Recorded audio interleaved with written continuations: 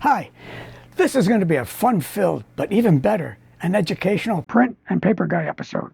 Okay, so during a rainy day, when finally the sun comes out and you see a beautiful rainbow, what colors do you see? Well, let's see. We see blue, red, yellow, green, the colors of the visible spectrum. Wait, we're missing one. Hi, I'm Jim Kohler, the print and paper guy. So what we don't see is magenta, or some call pink. What? You look again and magenta isn't there.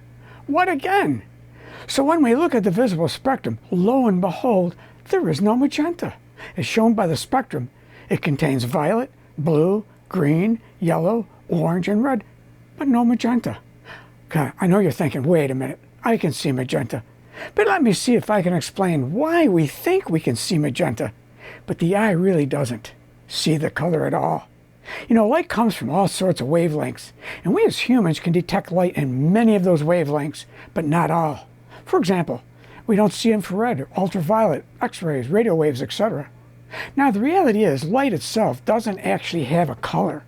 Isaac Newton observed once that the rays are not colored. In them, there is nothing else than a certain power and disposition to stir up the sensation of this or that color. Our brains just associate different wavelengths with different colors. In wavelength terms, the range of 380 nanometers to about 450 nanometers are seen as various shades of violet, for example. Magenta, however, doesn't have an associated wavelength.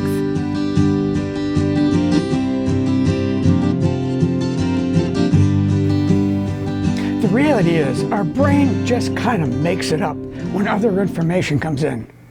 Let's think about our eyes.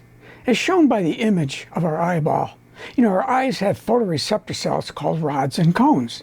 The rods detect light, whereas the cones detect color. The rods have nothing to do with color, only light, down to very bright, down to very dim. Cones, which actually require more light before they really turn on, help us figure out the colors we see.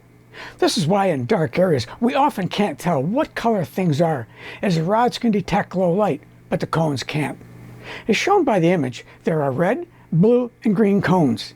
As most creative people know, everything those three cones detect, therefore, is actually just one of those three colors. Our brains kind of fill in the gaps that the three colors don't. So when we see a yellow school bus, the red and green cones are triggered. Our brains interpret that as yellow. And our bananas, school buses, and lemons, for example, are better off for it. This is why, again, when you see a rainbow, if you look between the red and blue or red and green light, you see yellow. Okay, now what about not seeing that color magenta?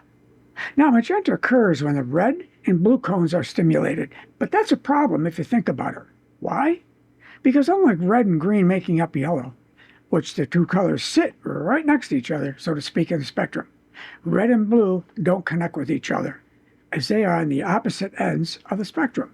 Hence, they can't make up magenta. Look at the visible spectrum and you'll see that. Keep in mind, the spectrum is a line, not a circle. Our brains need to do something with that information, meaning the red and blue cones that are triggered, and magenta seems like a pretty good solution, although I have to admit, for no obvious reason. Like Newton's observation, magenta color we see is all in our heads.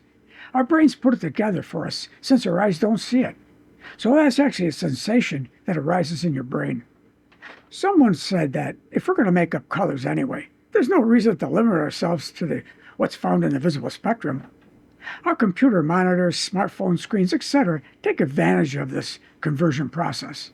But skip the first process, as there again are no yellow wavelengths being used. All the colors in the monitor that are shown are actually just a mix of red, blue, and green light. I mean, we do the same in printing, right? We mix cyan and magenta and you get blue, or more like a violet. You mix red and yellow and you get green, and so forth. This is known as subtractive color. Colors of light, red, blue, and green, are known as additive color. So I know we all think we see magenta, but now you know it's all in our heads.